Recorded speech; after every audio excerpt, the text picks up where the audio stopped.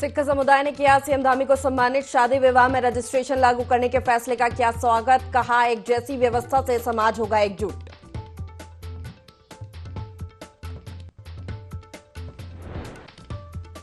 देहरादून में प्रस्तावित global investor summit की तैयारियां शुरू। मुख्यमंत्री पुष्कर सिंह धामी ने सीएम समूह सलाहकार के साथ की बैठक। दिसंबर में प्रस्तावित है ग्लोबल इन्वेस्टर समिट।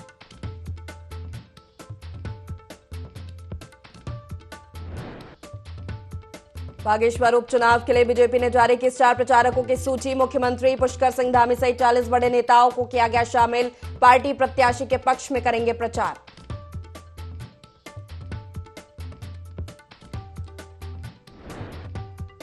खटीमा में अवैध अतिक्रमण के खिलाफ प्रशासन की कार्रवाई। प्रशासन की टीम को देख अतिक्रमणकारियों में मचा हड़कंप। नेशनल हाईवे के किनारे बनी अवैध दुकानों पर चला बुलडोजर।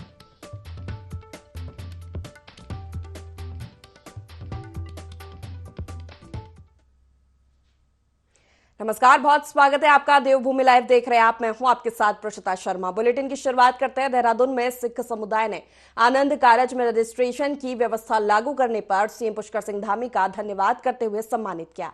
इस दौरान मुख्यमंत्री पुष्कर सिंह धामी ने कहा कि आनंद कारज मैरिज एक्ट व्यवस्था लागू करने से कई फायदे होंगे। महिलाओं बच्चों को उनके हक मिलेंगे। इस मौके पर सीएम धामी ने श्री गुरु सिंह सभा के गरीब कल्याण के कार्यों की सराहना करते हुए 25 लाख गरीब कल्याण और 25 लाख रुपए गरीब बच्चों के स्कूल के उत्थान के लिए देने की घोषणा की।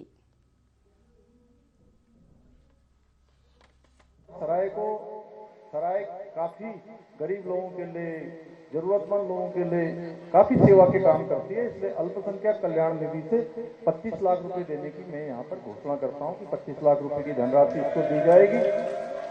और इसके अतिरिक्त जो हमारा पूरा समाज है वो पूरे सेवा भाव से काम करता है। उसमें जो हमारे गरीब बच्चे होते हैं, उन परिवार के बच्चों को, समाज के अन्य तबकों के लिए जो आपने विद्यालय खोले हैं, मैं ऐसे विद्यालयों में संसाधन उपलब्ध करवाने के लिए भी 25 लाख रुपए की धनराशि, ठीक है। बागेश्वर उपचुनाव में नामांकन के तुरंत बाद भाजपा ने स्टार प्रचारकों की लिस्ट जारी कर दी है, जिसमें भाजपा के 40 बड़े नेता का नाम शामिल है जो बागेश्वर उपचुनाव के लिए प्रचार प्रसार करेंगे। बता दें, स्टार प्रचारकों की लिस्ट में सीएम पुष्कर सिंह धामी का नाम सबसे ऊपर है। वहीं उनके बाद प्रदेश अध्यक्ष महेंद्र भट्ट का नाम भी शामिल है। इस लिस्ट में सभी सांसद, कैबिनेट मिनिस्टर, पूर्व मुख्यमंत्री त्रिवेंद्र सिंह रावत, विजय बहुगुणा और तीरथ सिंह रावत का नाम भी शामिल है। प्रदेश प्रभारी दुष्यंत गौतम और रेखा वर्मा भी बागेश्वर उपचुनाव के लिए स्टार प्रचारक बनाए गए हैं। भारतीय जनता पार्टी उत्तराखंड में सबसे मजबूत दल के रूप में है और सबसे बड़े दल के रूप में है। हमने बागेश्वर में जो उपचुनाव हो रहा है वहाँ 188 विधानसभा क्षेत्रों में पहले ही अपने शक्ति बूथ के स्तर पर जो पालक हैं संयोजक बन चुके हैं, जो बूथों के पालक हैं संयोजक बन गए हैं, मंडलों स्तर पर प्रभारी नियुक्त हो गए हैं। सभी विधायक और सांसद उस क्षेत्र में लगातार जनता से जनसंपर्क कर रहे हैं। मुख्यमंत्री पुष्कर सिंह धामी जी के नेतृत्व में चुनाव हम लड़ रहे हैं और संगठन के मजबूत प्रबंधन से इस चुनाव को बेहतर तरीके से लड़ा जाएगा और जीता जाएगा। उधम सिंह नगर जनपद के खटीमा में अवैध अतिक्रमण के खिलाफ प्रशासन ने कार्रवाई की है। बता दें कि अतिक्रमण कर बनाई गई 10 कच्ची शराब दुकानों को जेसीबी से ध्वस्त कर दिया गया है। पहनिया चौराहे के पास नेशनल हाईवे पर अवैध शराब की दुकानें बनी थी, जिन पर कार्रवाई की गई है। तहसीलदार हिमांशु जोशी के नेतृत्व में राजस्व विभाग की टीम ने, एनएच प्रशासन और पुलिस विभाग ने संयुक्त रूप से इस कार्रवाई को अंजाम दिया। तहसीलदार ने कहा कि अवैध अतिक्रमण के खिलाफ कार्रवाई आगे भी लगातार जारी रहेगी। के निर्देश पर रोड साइड जितने भी अतिक्रमण हैं, एनएच स्पेशली एनएच और एसएच पे उन पे कार्रवाई शीघ्र की जानी है। तो उसी कार्रवाई के क्रम में हमने पहनिया में अतिक्रमण को हटाने की कार्रवाई प्रारंभ कर दी है और भी सभी लोगों से निवेदन है कि जिनके भी अतिक्रमण रोड साइड हो तत्काल हटा लें, अन्यथा हमको प्रशासन को बलपूर्वक उनको हटाना पड़ेगा। करीब 10 अवैध अतिक्रमण तोड़ दिए हैं। लक्सर के गंगा तटीय और अन्य इलाकों में अवैध खनन का गौरख धंधा प्रतिबंध के बावजूद थमने का नाम नहीं ले रहा है। इसका एक बड़ा कारण पुलिस बल की कमी होना भी सामने आ रहा है। माफिया काले साए में ही नहीं, दिन दहाड़े भी राजस्व विभाग को चूना लगा रहे हैं। संबंधित अधिकारियों पर सवालिया निशान खड़े हो रहे हैं। बढ़ते अवैध खनन से सड़क हादसों में भी इजाफा हो रहा है। हाईकोर्ट अधिवक्ता ने भी इस मामले में चिंता जताई है। साथ ही माफियाओं का कारनामा अधिकारियों के सामने रखा, लेकिन कोई ठोस कार्रवाई होती नजर नहीं आ रही है। ये जो अवैध खनन है, ये भ्रष्टाचार और अपराध का एक मिश्लेषण है। और दूसरी चीज ये है कि इससे हमारे क्षेत्र के किसी भी आदमी को कोई फायदा नहीं होता। कुछ लोग तो ऐसे हैं जो कोतवाल का ट्रांसफर भी अपनी मर्जी से कराते हैं और टोटल कानून की अनदेखी है। मेरे हिसाब से माननीय मुख्यमंत्री जी को, सरकार को इस पे संज्ञान लेना चाहिए और एक स्पेशल टीम गठित करनी चाहिए जो वाहन को भी चेक करे, प्रॉपरली चेक करे और माइनिंग के लॉज के अकॉर्डिंग हो। ये खनन माफिया बाज नहीं आ रहे हैं, जबकि 6 महीने तक खनन बंद है बरसात के कारण। लेकिन क्या करते हैं, ये पूरी रात खनन चलता है और जो हमारी सरकार है ये भी इस ओर ध्यान नहीं दे पा रही है और इसमें पुलिस बल की जो संख्या है वो कम है।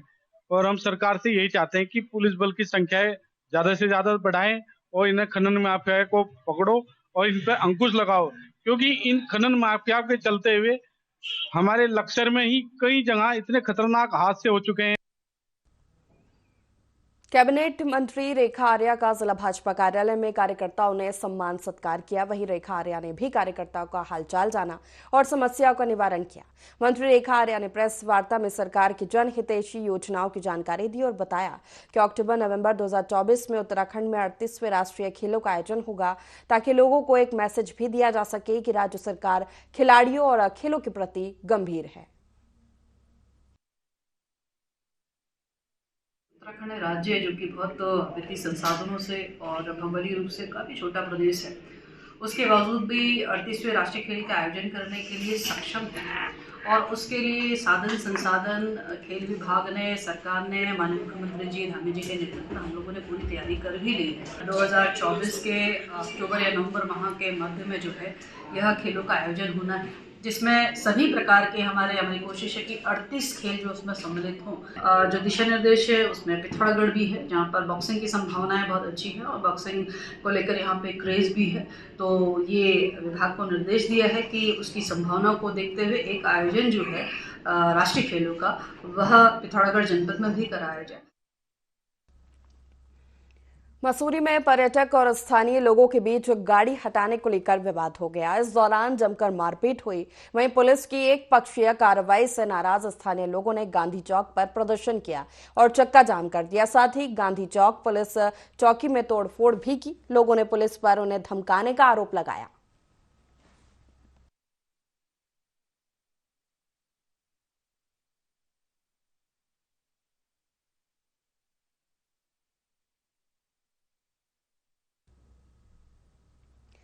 कोतवाली रुड़की सिविल लाइंस में भीम आर्मी छात्र संघ के एक प्रतिनिधिमंडल ने कोतवाली में आपत्तिजनक पोस्ट करने वाले एक युवक की रिपोर्ट दर्ज कराई है। इस पोस्ट में धार्मिक भावनाओं को भड़काने का आरोप लगाया गया है। सोशल मीडिया पर डाली गई इस पोस्ट के माध्यम से एक समाज का वर्ग आहत हुआ है। भीम आर्मी छात्र संघ के प्रदेश अध्यक्ष अब्दुल वसीम ने कहा कि सोशल मीडिया पर डाली गई पोस्ट के माध्यम से एक समाज की भावनाएं आहत हुई है। उन्होंने कहा कि इस मामले में मुकदमा दर्ज कर सख्त से सख्त कार्रवाई की जाए और दोषी को सजा दी जाए।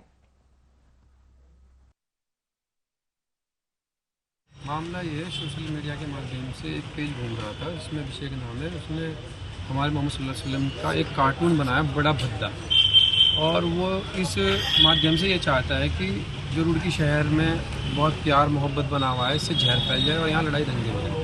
और हम ये बिल्कुल नहीं चाहते। हम प्रशासन से चाहते हैं कि प्रशासन इस पर जल्द से जल्द कड़ा से कड़ा एक्शन लेके कार्रवाई करे। इसमें जो भी इन्वॉल्व है, वो कोई भी हो, सबको तुरंत पकड़े और जेल के अंदर डाल दिया जाए। हम यही चाहते हैं, इसीलिए आए हैं। और हमारी काफ़ी संख्या में लोग आ रहे थे। यहाँ कोतवाल साहब ने बोला है कि भाई मुकदमा लिखा गया, जबकि ऐसे कोई चीज़ नहीं है। हम चाहते हैं हमारा मुकदमा लिखा जाए। अगर हमारा मुकदमा नहीं लिखा जाएगा तो हम इसे बहुत जोर शोर से उठाएंगे अपने मुद्दे को। जनपद उत्तरकाशी में हाईकोर्ट के आदेश के बाद चल रहे अतिक्रमण विरोधी अभियान में गंगोत्री विधायक सुरेश चौहान की अध्यक्षता में अधिकारियों और स्थानीय जनता के बीच बैठक हुई। लोगों का कहना है कि हाईकोर्ट की आड़ में उन्हें किया जा रहा है। वहीं डीएफओ का कहना है कि कच्चे मकानों को तोड़ा जा रहा है और जो मकान पक्के हैं उन्हें नोटिस भेजकर दस्तावेज प्रस्तुत करने का मौका दिया जाएगा। वहीं जिलाधिकारी का कहना है कि हाईकोर्ट के आदेश का अनुपालन किया जाएगा, लेकिन किसी को कोई परेशानी ना हो इसका भी ध्यान रखा जाएगा। अतिक्रमण माननीय उच्च न्यायालय के आदेश की तरफ में हटाया जा रहा है। ये क्रम में सभी जनप्रतिनिधियों ने बात रखी है कि लोगों को अनावश्यक रूप से परेशान न किया जाए। अतिक्रमण हाईकोर्ट के आदेश की आड़ में ऐसे लोगों को न हटाया जाए। ये संज्ञान में आ रहा है कि बहुत सारे लोगों को जो है बेवजह परेशान किया जा रहा है। तो इसी के संदर्भ में आज जिलाधिकारी महोदय से हम लोगों ने निवेदन किया कि जो चाहे पीडब्ल्यूडी हो या फॉरेस्ट हो, तमाम जो विभाग जो अतिक्रमण हटाने का काम कार्रवाई कर रहे हैं। आज अतिक्रमण को लेकर जो बैठक विधिवत जनमानस के बीच में जनप्रतिनिधियों और अधिकारियों द्वारा हुई है वो सकारात्मक पहल की हुई है और कहीं पर भी इस तरह का माहौल बनाने की जरूरत नहीं है कि आपके साथ कोई गलत होगा। हम जो न्याय संगत निर्णय है उसके अंतर्गत कार्रवाई होगी और ये सुमित के साथ, क्योंकि न्यायालय के निर्णय भी जनता के लिए होते हैं और जन को जो निर्णय अगर उसके उनकी भावनाओं के अंतर्गत नहीं है और उनकी आजीविकाओं को छेड़खानी वाले अंतर्गत है तो उसको भी चैलेंज किया जाता है। तब तत्कालीन व्यवस्थाओं हेतु आदेश का सब सम्मान करते हैं और जो लोगों के अंदर जो दहशत थी कि भाई जो चीनीकरण का काम चल रहा है, प्रशासन ने को भी आदेश है तो प्रशासन भी चीनीकरण का काम कर रहा है, तो लोगों के अंदर दहशत न फैले। हम ही नहीं चाहते हैं कि इससे कोई ऐसा माहौल फैले और कोर्ट का भी जो आदेश है कि जो अतिक्रमण सड़कों पर है वो मतलब न हो और उसको भी तोड़ा जाए। तो प्रशासन भी अपनी तरफ से पूरा दिन रात लगा हुआ है कि किस तरह से चीनीकरण किया जाए। तो चीनीकरण में लोगों में कई अंदेशा है। बागेश्वर उपचुनाव के नामांकन के आखिरी दिन राष्ट्रीय कांग्रेस पार्टी ने बसंत कुमार, समाजवादी पार्टी ने भगवती प्रसाद तिकोटी और यूकेडी ने अर्जुन देव को चुनावी मैदान में उतारा है। बागेश्वर उपचुनाव में विपक्ष अलग अलग चुनाव लड़ रहा है। इंडिया गठबंधन के तहत बागेश्वर का उपचुनाव नहीं लड़ा जा रहा है।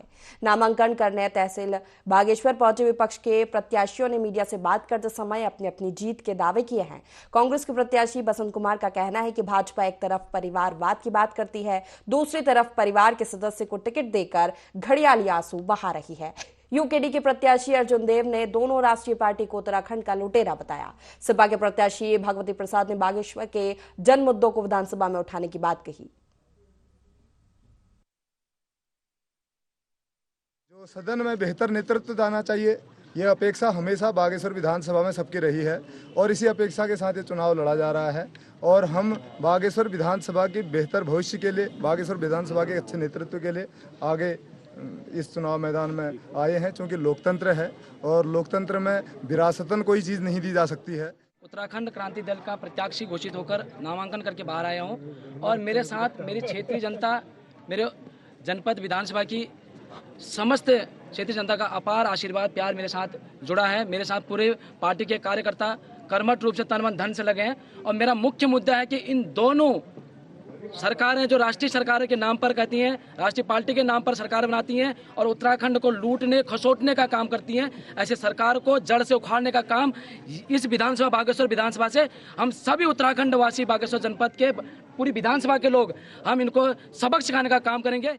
बागेश्वर क्षेत्र की जो जन समस्याएं हैं, उन जन समस्याओं को आगे बढ़ाने के लिए, विधानसभा में उठाने के लिए और विगत कई वर्षों से जो बागेश्वर का विकास अवरुद्ध हुआ है, तमाम मुद्दों को लेके, बेरोजगारी के मुद्दों को लेके, बागेश्वर की जब हम नौजवानों को देखते हैं तो इन तमाम मुद्दों को हम विधानसभा में उठाएंगे। लक्सर में राष्ट्रीय हिंदू संगठन और हिंदू जागरण मंच के पदाधिकारियों और कार्यकर्ता उप जिला मजिस्ट्रेट से मुलाकात करने पहुंचे, जहां उन्होंने ज्ञापन सौंपते हुए बताया कि साल 2020 में अनैतिक रूप से बन रहे धार्मिक स्थल के निर्माण पर रोक लगाई गई थी, लेकिन अब उसी जगह फिर से धार्मिक स्थल का निर्माण किया जा रहा है। इस दौरान हिंदू जागरण मंच के जिलाध्यक्ष जोध सिंह पुंडीर ने कहा कि यदि विवादित स्थल पर धार्मिक गतिविधियां घटित हुई तो बड़ा आंदोलन किया जाएगा। 2020 में एक अनैतिक रूप से ये मस्जिद का निर्माण कर रहे थे, तो उस समय माननीय उप जिलाधिकारी महोदय के आदेश के अनुसार उस पर रोक लगा दी गई थी और जो उन्होंने स्ट्रक्चर उस समय लगाया था उसको तत्काल प्रभाव से हटा दिया गया था और आगे ये कार्रवाई की गई थी कि आगे कोई भी इस तरह का स्ट्रक्चर वहाँ पे नहीं होगा। लेकिन उसका अवहेलना करते हुए इन लोगों ने पुनः वहाँ पे एक टीन का खोखा रख दिया है जिसमें वो नमाज पढ़ने का प्रयास कर रहे हैं। अगर इस तरह की व्यवस्था वे वहाँ पे करते हैं तो हिंदू जागरण मंच आने वाले समय में एक बड़ा आंदोलन करेगा। उसके लिए हमने माननीय उप जिलाधिकारी को एक ज्ञापन दिया है आज। अगर इस पे कार्रवाई होती है तो ठीक है, नहीं तो बड़ा आंदोलन एक यहाँ पे किया जाए। मस्जिद तो कहना अतिशयोक्ति होगी। अभी चूँकि पहले जब 2020 में वहाँ पे कुछ लोगों ने निर्माण करने की कोशिश की थी तो एसडीएम के माध्यम से ही उस कार्य को रुकवाया गया था, क्योंकि उन पर समुचित आज्ञा शासन की नहीं थी। अभी भी उन्होंने शासन की और एसडीएम की अवहेलना करते हुए एक लोहे का खोखा टाइप बना के वहाँ स्ट्रक्चर रख दिया है। तो हमारे जानकारी में जब आया तो हमने शासन को सूचित कर दिया है। लक्सर तहसील क्षेत्र के बहादुरपुर गांव में कुछ अज्ञात बदमाशों ने किराने की दुकान में चोरी की वारदात को अंजाम दिया, जिसके बाद पीड़ित ने इसकी जानकारी पुलिस को दी। पुलिस ने तुरंत मामला दर्ज कर चोरों की तलाश शुरू कर दी है, लेकिन अभी तक चोरों का कुछ भी पता नहीं है। फिलहाल पुलिस सीसीटीवी फुटेज में चोरों की तलाश कर रही है। ये थी कि 2:51 पे रात वो घुसे जो कैमरे में आ रहे हैं और 3:02 पे निकल गए और 3:05 के लगभग हमें पता लग गया। उसके बाद वो मतलब हाथ नहीं आए। फिर उसके बाद पुलिस आ गई थी 10-20 मिनट के बाद ही। पुलिस ने भी बहुत ढूंढने की कोशिश करी लेकिन मिले नहीं वो। अब पुलिस ने 9 बजे बुला रखे हैं, देखते हैं क्या होता है। बाकी कम से कम 1.5 लाख के लगभग का नुकसान है। आधा दर्जन लोग थे सर। ये है कि एक पड़ोस में लड़का रहता है, एक उसे मतलब हल्की सी रात बिना लगी तो उसने 2-4 मिनट के बाद मेरे पास कॉल करी। जैसे कॉल करी तो मैं जैसे उठ के चला, मैं उस टाइम अपना काम करके निकल चुका। बद्रीनाथ राष्ट्रीय राजमार्ग पीपलकोटी छोटे वाहनों के लिए सुचारू हो गया है। बता दें कि 15 अगस्त को भनेर पानी में हाईवे का 30% हिस्सा वॉश आउट हो गया था, जिसके कारण हाईवे को हल्के वाहनों के लिए बंद कर दिया गया था। हालांकि हाईवे खुलने के बाद एनएच प्रबंधन के साथ साथ तीर्थयात्रियों और प्रशासन ने भी राहत की सांसें ली हैं।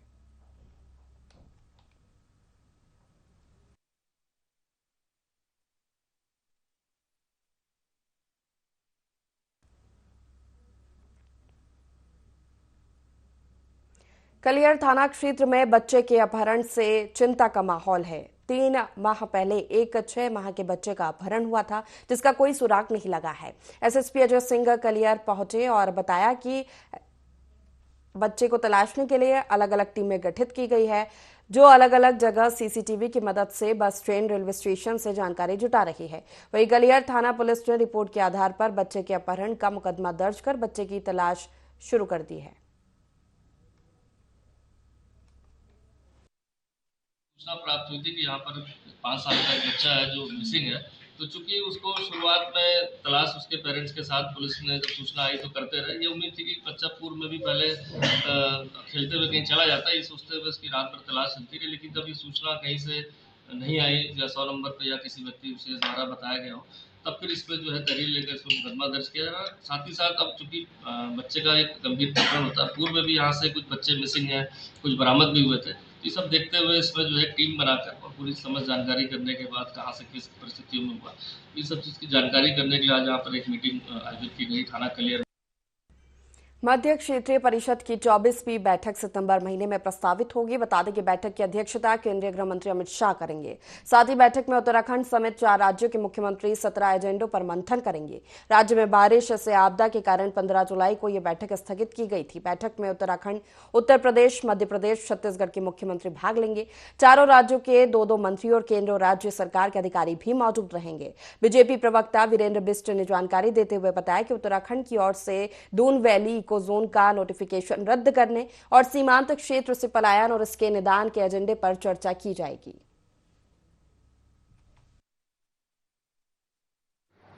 उत्तराखंड राज्य में मध्य क्षेत्र परिषद की एक महत्वपूर्ण बैठक होने वाली है। यह बैठक अपने देश के यशस्वी गृह मंत्री अमित शाह जी की अध्यक्षता में प्रस्तावित है और संभवतः सितंबर माह में होगी। इस बैठक में विभिन्न राज्यों के मुख्यमंत्री, उनके मंत्री, केंद्रीय मंत्री भी इस बैठक में पहुंचने वाले हैं और उत्तराखंड राज्य इस बैठक का आयोजन कर रहा है और अपने राज्य के मुख्यमंत्री पुष्कर सिंह धामी जी ने अधिकारियों को आवश्यक निर्देश भी दिए इस बैठक की तैयारी के लिए। इस बैठक में जो आपदा से नुकसान हुआ है। इस बैठक में जो विद्यालयों और शिक्षा पद्धति को कैसे हम और अधिक अच्छा सुधार करें, उनके लिए क्या हमको विशेष योजनाएं तैयार करनी है। इसी तरीके से जो हमारे हॉस्पिटल्स हैं, अस्पताल हैं, उनको कैसे बेहतर किया जाए, उनके लिए और क्या बेहतर करने की आवश्यकता है। उत्तराखंड राज्य को और अन्य राज्यों को भी इसका लाभ मिलेगा। बद्रीनाथ धाम में मास्टर प्लान के तहत निर्माण कार्य का दूसरा चरण प्रगति पर है। ऐसे में इससे प्रभावित व्यापारियों, पुरोहितों के लिए विस्थापन नीति घोषित करने की मांग उठने लगी है। सरकार से पुनर्वास की मांग की जा रही है। व्यापारियों ने अनिश्चितकालीन बाजार बंद का ऐलान कर सरकार का ध्यान इस ओर खींचने की कोशिश की। वहीं अशोक टोडरिया ने आमरण अनशन की भी शुरुआत कर दी। हालांकि तीर्थयात्रियों की परेशानियों को देखते हुए बाद में बाजार खोल दिए गए। सर्वप्रथम हमारा जो है जो आज ये विरोध प्रदर्शन है, बाजार बंदी है, उस पर यह है कि व्यापारियों का शोषण और यहाँ पर समाज का शोषण हो रहा है और विस्थापन नीति स्पष्ट नहीं हो पा रही है। तो विस्थापन नीति के खिलाफ है कि किस ढंग से आगे व्यवस्था करेंगे और जो आज व्यापारी बेघर हुए हैं या यहाँ के घर वाले बेघर हुए हैं उनको आगे विस्थापन किस ढंग से करेंगे, क्योंकि विस्थापन नीति किसी भी ढंग से यहाँ पर स्पष्ट नहीं हो रही है, न कोई मुआवजे की बात हो रही है, न कोई जो है क्लियर कट हिसाब यहाँ पे आ रहा है। और हम चाह रहे को सक्षम अधिकारी यहाँ पर आए जो रिटर्न में इस बात को करे कि विस्थापन नीति ऐसी है, इस ढंग से है। आज तो चलो हमारा काम चल जाएगा, अगले साल से कैसे काम चलाएंगे अगर इस तरह से पूरा टूट गया। नदी उफान पे है, बाजार कटानों पे लग रहा है, मकानें ध्वस्त हो रही है और व्यवस्था कहीं पे है नहीं। तो व्यवस्थाओं के लिए विस्थापन नीति स्पष्ट करने के लिए ये आज बंद का आह्वान। इसी के साथ देवभूमि लाइव में इतना ही। लगातार खबरों के लिए देखते रहिए IND24। नमस्कार।